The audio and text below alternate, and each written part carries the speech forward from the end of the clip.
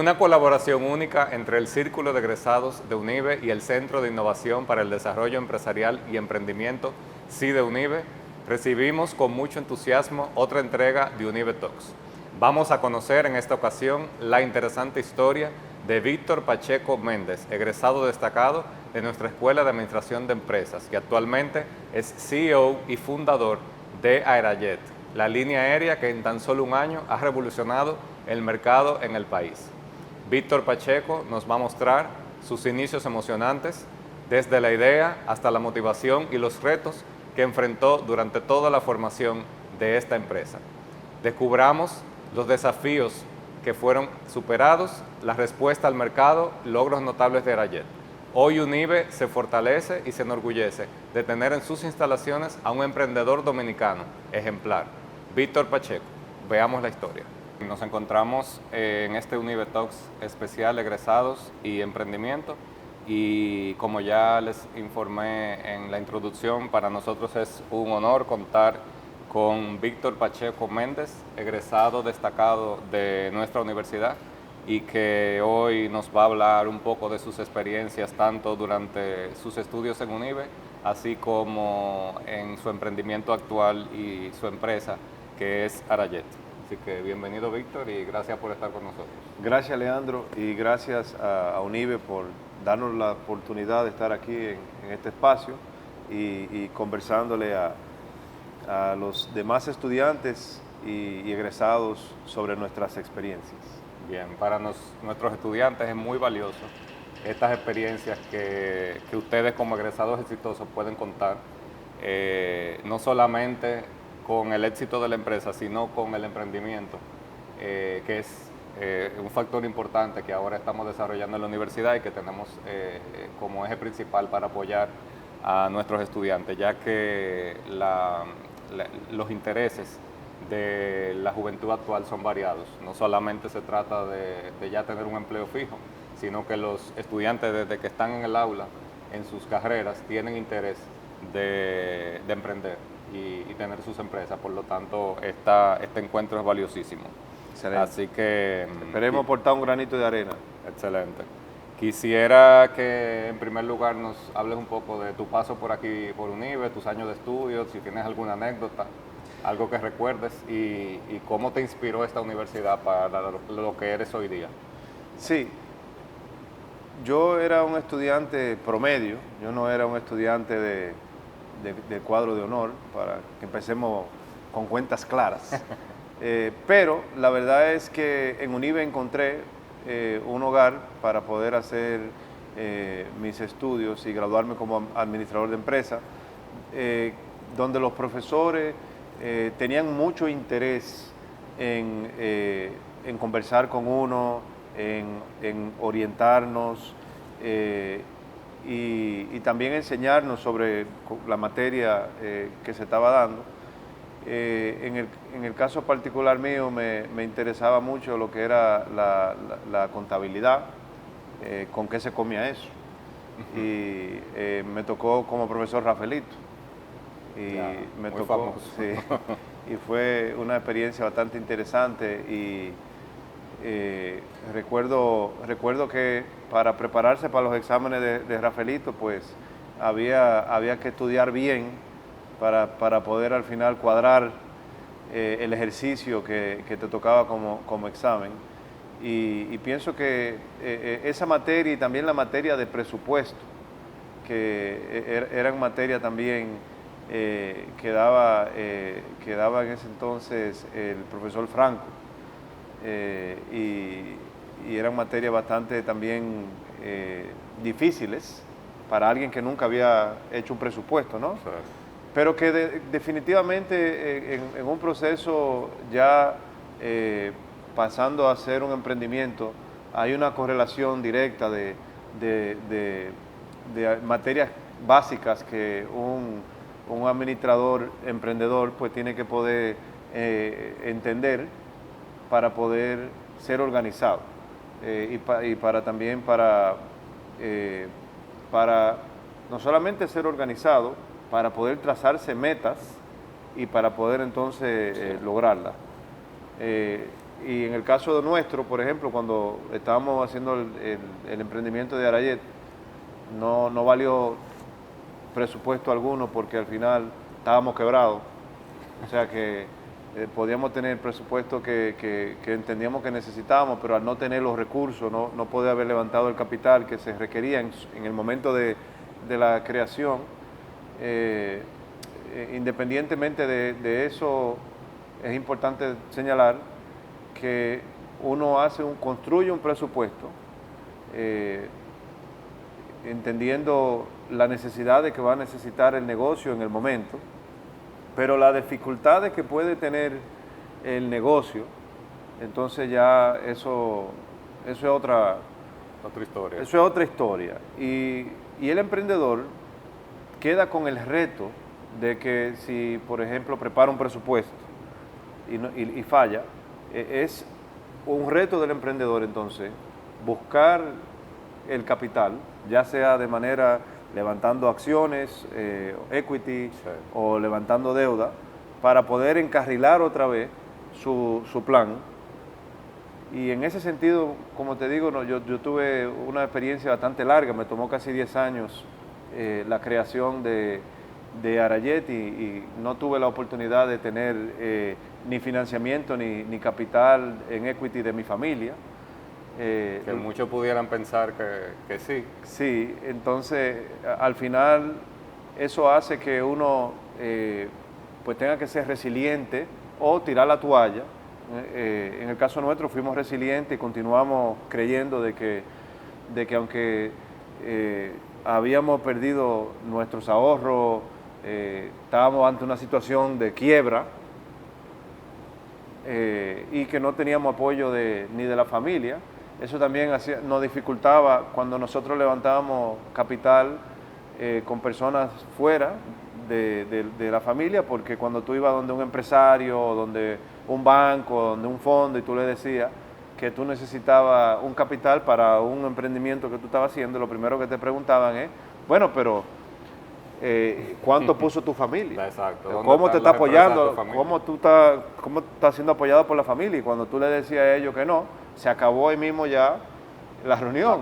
La conversación se acabó, porque entonces si tu propia familia no te apoyó, entonces ¿por qué te voy a apoyar yo? Exactamente. Hay algo ahí. Entonces eso hizo muy difícil el tema, pero bueno, volviendo hacia la parte de UNIBE, ahí sí me ayudó mucho que mi abuelo, parte de su cultura de criar, es que uno tenía que trabajar para uno pagarse los estudios. Entonces yo trabajaba en el día y venía a estudiar UNIBE a las 5 de la tarde. Y terminaba de estudiar más o menos a las 10 de la noche. Entonces, UNIBE y esa cultura de trabajo, pues me dio la resiliencia.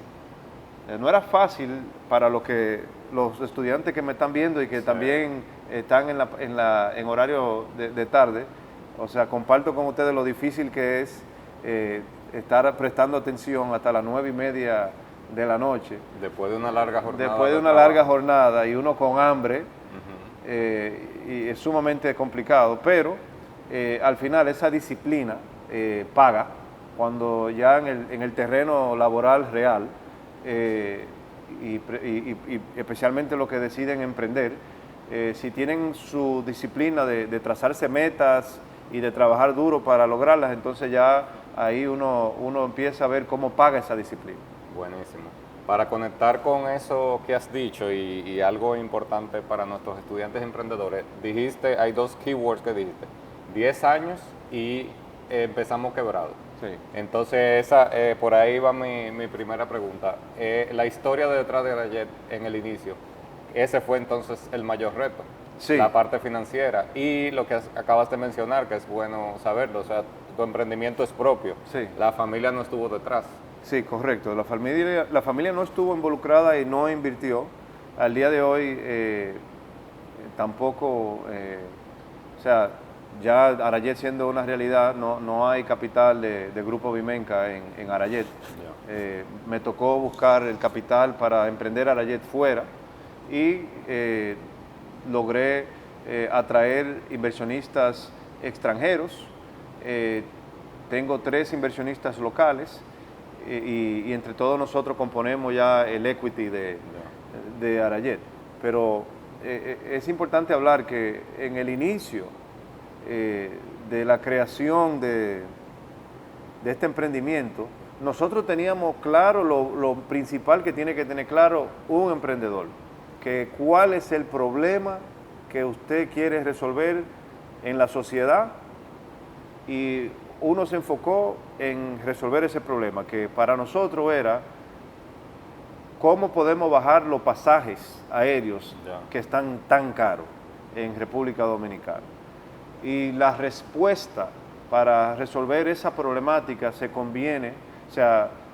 la respuesta viene siendo creando una aerolínea que tenga la necesidad y especialmente con un modelo como el de Arayet de bajo precio, que tenga la necesidad de escalar para llegar a tener una masa crítica que logre su punto de equilibrio. Entonces eso llevaría a una gran cantidad de miles de sillas, o de asientos, perdón, hacia el mercado, y esa necesidad de esa empresa subsistir es lo que haría que es lo que democratizaría la aviación y que bajaría los pasajes. Y después, entonces ya el país contaría con una aviación fuerte. Porque antes de Arayet, los pasajes estaban a $400 por tramo. Arayet entra con $175 por tramo, y entonces los competidores bajan a $275 por tramo, y a eso nosotros le llamamos el efecto Arayet. Pero lo que nosotros entendimos cuando nosotros, y cuando te digo nosotros, pero en realidad en ese momento era yo, cuando estábamos en todo este proceso de entender la oportunidad y cómo solucionar este problema, lo que nos dimos cuenta es que República Dominicana, para las aerolíneas extranjeras, solamente representaban una ruta o un destino. O sea, sin mencionar el nombre de aerolínea, la aerolínea que sea, norteamericana, por ejemplo, las líderes que operan a República Dominicana, hay un individuo que es el jefe del ingreso, le llamamos Revenue Management. El jefe del ingreso de esa aerolínea tiene el trabajo de entender cuál debe de ser la presión entre oferta y demanda para que el yield, o sea, el precio que se vende de esa ruta, sea lo más beneficioso posible, llenando el load factor que se ha trazado como objetivo de esa ruta, de esa aerolínea americana.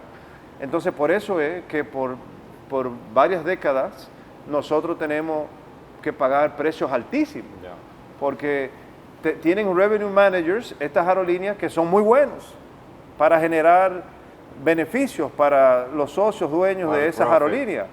Pero para la población de República Dominicana, nosotros nos quedamos, por no tener aerolínea, lamentablemente, recibiendo lo que nos toca. No nos toman en cuenta. Y no nos toman en cuenta. Hay que coger lo que hay. Y la única manera de enfrentar eso era, pues, entonces, creando hoy en día lo que es Arayet. Entonces, es el fundamento de la creación de la empresa. Exactamente. Entonces, ya convencido con eso, yo tenía eso ya, yo lo creí, pero yo no lo había podido probar con data.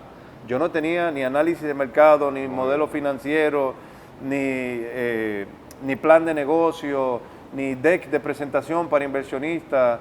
Yo no hice MBA, entonces no sabía levantar capital. No tenía un equipo. Entonces yo lo único que tenía era ya, como emprendedor, una intuición. Entonces, al momento de que yo iba a donde personas ya que eran amigos de mi familia, que tenían capital, a pedirle capital, y que me decían que no, yo por lo menos le decía, bueno, yo no hay problema, pero ¿por qué usted no invierte?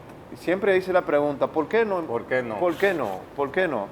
Y poco a poco, más que nada en Nueva York, cuando me tocó poder tener una llamada con un banquero o una visita con alguien que fuera más sofisticado que yo en el mundo de capital, yo siempre le pregunté lo mismo, y entonces así fue que me fui dando cuenta, bueno, yo tengo que hacer un estudio de mercado, yo tengo que hacer un plan de negocio, yo tengo que buscar crear un equipo que crean esto, que haya implementado este modelo eficientemente en algún otro lado del mundo. Yo necesito credibilidad.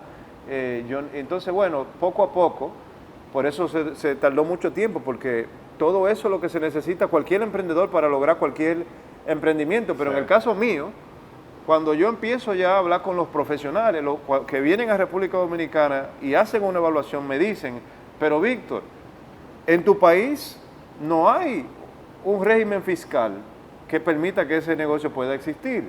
O sea, esa aerolínea va a pagar impuestos como cualquier otra compañía, cuando en el mundo las aerolíneas no pagan esos impuestos. Porque el costo operativo de inicio. Entonces el costo de la aerolínea entonces se aumenta por la realidad de que tú tienes que pagar unos impuestos que las otras aerolíneas con que vas a competir no tienen. Claro. Entonces es muy difícil democratizar cuando entonces ya tú tienes un costo alto, porque se convierte en un costo. Y te voy a explicar por qué. Por ejemplo, el impuesto más dañino que nosotros teníamos era el impuesto en la fuente, el withholding tax. O sea, cuando usted va a pagar un avión, vamos a decir que el avión se lo están alquilando en 100 pesos. Usted tiene que hacerle una retención a ese proveedor de un 27%. Pero el proveedor te dice, pero es que yo no acepto eso, porque es que en la industria nuestra no hay retención. O sea, usted no me puede retener a mí mi dinero. Claro, si usted quiere el avión, usted me tiene que dar 100. Entonces, pero como un servicio, había que retenerle. Entonces, para que a ellos le lleguen 100, yo tengo que decirle, pues factúramelo a 134, para que entonces le queden 100. Claro. Entonces ya ustedes se pueden imaginar cómo eso va sacando a uno de la jugada.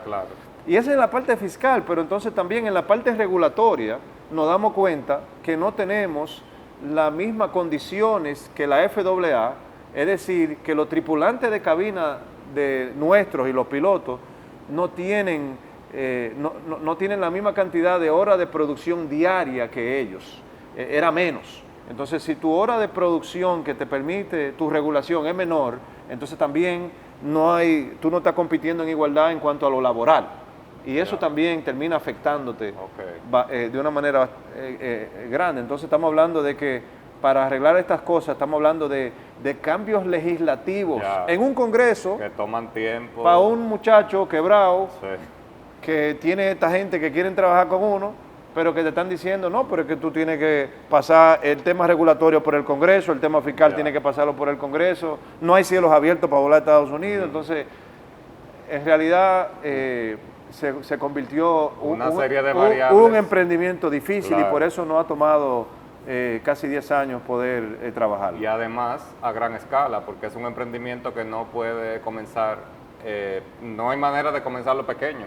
Correcto, porque si no logras una productividad de alrededor de 12 a 13 horas diarias por avión con más de 15 a 20 aviones, no llegas a un punto de equilibrio. Entonces, precisamente es una inversión donde se requiere un capital intensivo, y por eso a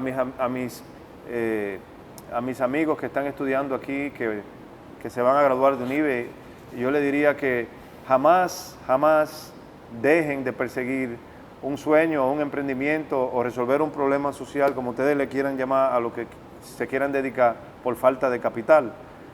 Porque yo estaba quebrado, o sea, mi emprendimiento se llevó mis ahorros, vendí todo lo que podía y lo invertí ahí, y al final no valió la pena de nada porque tenía una quema de dinero para poder mantener eso vivo muy alto, que era insostenible, y terminé cayendo en cicla y muy mal parado financieramente.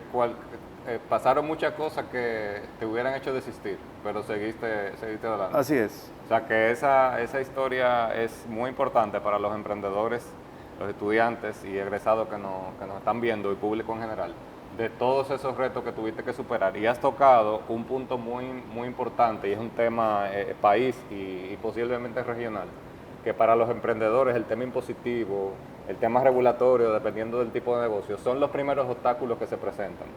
Y hemos visto en diferentes foros y a nivel de gobierno y sector privado que se están haciendo diferentes esfuerzos, pero todavía falta un camino, y esas limitantes están presentes, y los emprendedores tienen que saber que eso va a pasar y que van a tener que sobreponerlo. Y fija cómo tu historia fue con retos mucho más grandes, porque temas legislativos, temas regulatorios, no es de que una sola persona se ponga y lo cambie, o sea, hay que mover todo un sector y que se combinen las cosas, o sea que entendemos por qué esos 10 años tienen sentido. En ese proceso, identificas un mentor en especial que te dio la mano, te aconsejó, de esos mismos inversionistas, que te orientó, como tú dices, no tenía el conocimiento financiero. Mira, yo te diría que no uno, yo te diría que ese proceso es como una rueda. Entonces la rueda es muy difícil de mover al inicio. Y lo que hace que la rueda se mueva es cuando tú encuentras a alguien que crea en ti y que te quiera aportar, aunque sea con consejos, o que te quiera aportar con relaciones. O sea, cada persona que a lo que tú quieres lograr se quiera vincular y ayudarte, entonces la rueda entonces va moviéndose más rápido, ¿verdad?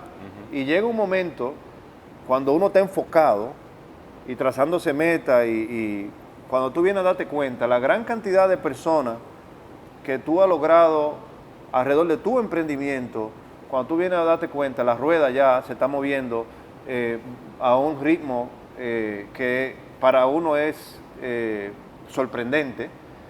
Y uno tiene que coger de muchas personas la experiencia, porque no, por ejemplo, en el caso mío, no había una persona que me pudiera ayudar con todo. Que te pudiera dar el big picture, sí, no, era por sí, parte. Pero te puedo decir que donde más, yo te puedo decir que más recuerdo que necesité ayuda fue en la parte analítica. Fue en la parte analítica porque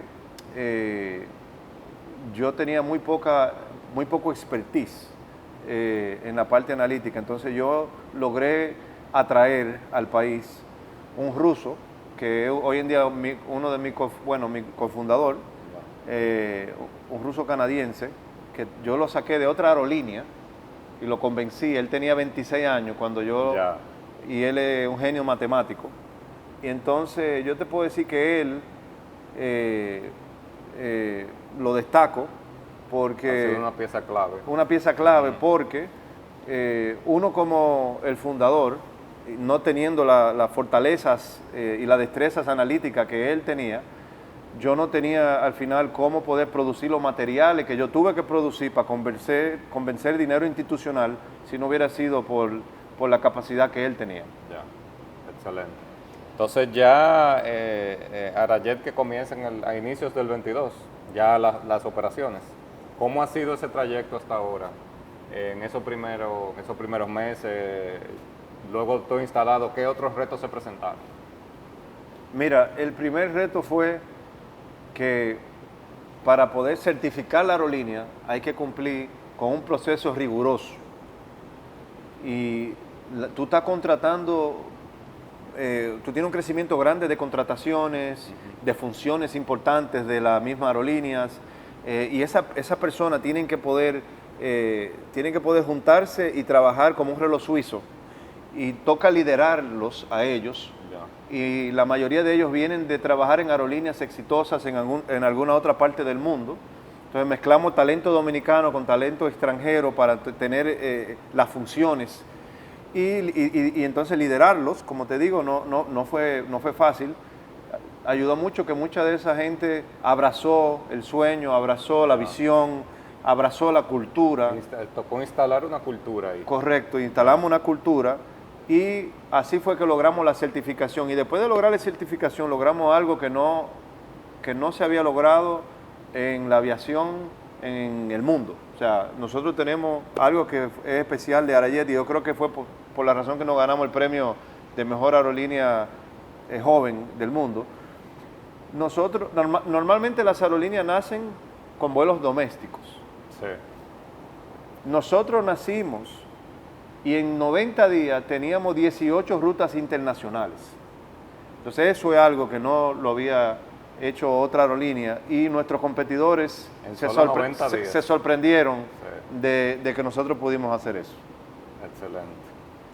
En ese sentido, ¿cómo ustedes, hay dos preguntas ya finales para orientar esta conversación? Vemos que el equipo humano de Aerayet se compone de gente joven, gente muy talentosa. ¿Cómo tú visualizaste la conformación del equipo que te acompaña hoy día en todas las operaciones? Mira, en realidad nosotros no contratamos no contratamos que tiene que ser joven. Nosotros tenemos en Aerayet, pasa es que la población no es tan alta, pero tenemos personas que tienen una edad mucho más madura. Lo que se necesita para poder entrar a Aerayet, número uno, es demostrar que en el expertise de la función para que se está contratando, que tiene la capacidad. Y si no tiene la capacidad, entonces que se te vea la determinación de que la persona puede aprender rápido. Y que la persona encaja con la cultura de la empresa, donde somos alérgicos a una cultura de miedo, a una cultura de irrespeto, donde abraza la cultura colaborativa, transparente, de honestidad. Y entonces nosotros más que nada buscamos esos perfiles. Excelente. Y veo también que eso es coherente con una visión innovadora de todo el equipo. O sea, que no importa la edad, Sí. sino que es un equipo con una visión innovadora en general. Sí, correctamente. Nosotros tenemos colaboradores de 60 y pico de años, pero que tienen un espíritu. Excelente. Por ejemplo, está el amigo José Hernández, que no sé si va a ver este video, pero que los amigos de Aerayet que me están viendo lo conocen. Ese hombre está a las 4:30 de la mañana bañado y afeitado y trabajando, empujando fuerte con un brío increíble. Excelente. Ustedes se han destacado en este tiempo, la aerolínea se ha destacado por la experiencia centrada en el cliente. Primero, la oferta de valor, que es diferente a las rutas a destinos que antes uno no pensaba llegar directo. Por ejemplo, para ir a El Salvador había que tomar, posiblemente irse a Miami, o el que no tiene visa tenía que irse por otro sitio. Y había que, para un vuelo relativamente cerca, hacer muchos cambios. Así como rutas que veo que ustedes ahora inauguran, como a Buenos Aires y a destinos así. Entonces, ¿cuál es qué diferencia Aerayet? Que yo ya lo he visto muy bien, pero quiero que tú lo digas. ¿Qué diferencia Aerayet en la experiencia del cliente? ¿Qué el cliente vive diferente para volar en Aerayet? Mira, lo más importante es que nosotros hemos creado una aerolínea aprovechando las bondades de la República Dominicana. Eso quiere decir que lo que hizo que República Dominicana sea un referente de turismo fue la calidad de su gente. Entonces nosotros, sabiendo esa fortaleza, nosotros enfocamos y hacemos un esfuerzo para que la cultura de los tripulantes de cabina y los capitanes, que se sienta esa calidez, para que cuando la persona viaje, sienta que se le respeta, que es bienvenido a bordo, que se le trata bien, que se le recibe con una sonrisa. Y ese factor humano, sin duda, es algo que ha ayudado mucho a posicionar la marca de Aerayet. Y el segundo punto es que nosotros hemos aprovechado la posición geográfica que tiene Aerayet, logrando así conexiones que son sumamente eficientes comparándonos con los demás competidores para conectar con las 150 conexiones hoy en día que ofrece Aerayet en sus 22 destinos. O sea, de los 22 destinos hay 150 diferentes combinaciones de conexiones que son permitidas. 22 destinos que actualmente es Centroamérica, Suramérica y Norteamérica. Y el Caribe, sí. Y el Caribe. Y eso viéndolo yo desde fuera y por los testimonios que vemos, también el acceso que están ustedes dando a viajar a población que a lo mejor antes ni pensaba montarse en un avión. Así es. Tanto saliendo de aquí como viniendo para acá. Así es. Antes que Aerayet estuviera operando, volaban alrededor de 400,000 dominicanos. Para el 2023 van a volar 1 millón de dominicanos. Nosotros queríamos desde un principio poder volar a Estados Unidos y apoyar la diáspora, que es la mayor diáspora que tenemos está en Estados Unidos, pero al Estados Unidos no aprobar la solicitud nuestra, que todavía estamos en espera, Ya. entonces decidimos, bueno, entonces vamos a aprovechar, en el plan teníamos, todas estas rutas estaban en el plan, lo único que no estaban al principio. La hemos acelerado precisamente para que el dominicano que tiene un pasaporte pero que no tiene visa, entonces también pueda empezar a viajar, porque es parte de nuestra filosofía de que los dominicanos viajen, de que aprovechen tener una aerolínea, tener mayor conectividad, aprendan una cultura nueva. Sí. América Latina para nosotros, República Dominicana, no era tan familiar. No era tan familiar, y ahora para un dominicano puede ir a Chile y darse Claro. cuenta darse cuenta que en Chile en una hora tú estás en una montaña en nieve. Y con un bajo presupuesto tener un buen viaje. Así es, y bueno, es importante señalar que ustedes van a estar conectados con alrededor de 57 destinos. De 22 vamos a subir a 57 en los próximos 4 años. Excelente. Y ahí con el plan también de llegar a Estados Unidos. Sí, nosotros entendemos que es cuestión de tiempo ya poder llegar a Estados Unidos. La aplicación de Arayet se hizo el 1 de marzo del 2023. Eventualmente ya tendremos que tener una respuesta de Estados Unidos, y entendemos que va a ser una respuesta favorable. Excelente. Entonces, Víctor, excelentes reflexiones, excelente historia, te felicito. Gracias, Leandro. De verdad, había visto por otras vías la evolución de la empresa y la historia, pero ya conocerlo de manera directa ha sido muy gratificante. ¿Qué mensaje final puedes dar a nuestros egresados estudiantes y emprendedores para que principalmente, sobre todo la juventud actual, que suelta rápido, no suelten tan rápido los emprendimientos? Gracias, Leandro. Sí, yo le diría a todos ustedes que precisamente se olviden de que tienen que tener dinero para poder soñar o emprender, que se enfoquen en saber que el mundo está lleno de capital que no sabe a dónde ir. El problema más grande que tiene el capital hoy en día precisamente es que no tiene casa. Y son los emprendedores que tengan buenas ideas y que tengan la determinación y la resiliencia para lograrlo, lo que van a lograr cambiar el mundo en los próximos 50 años. Y ojalá que algunos de ustedes lideren ese futuro.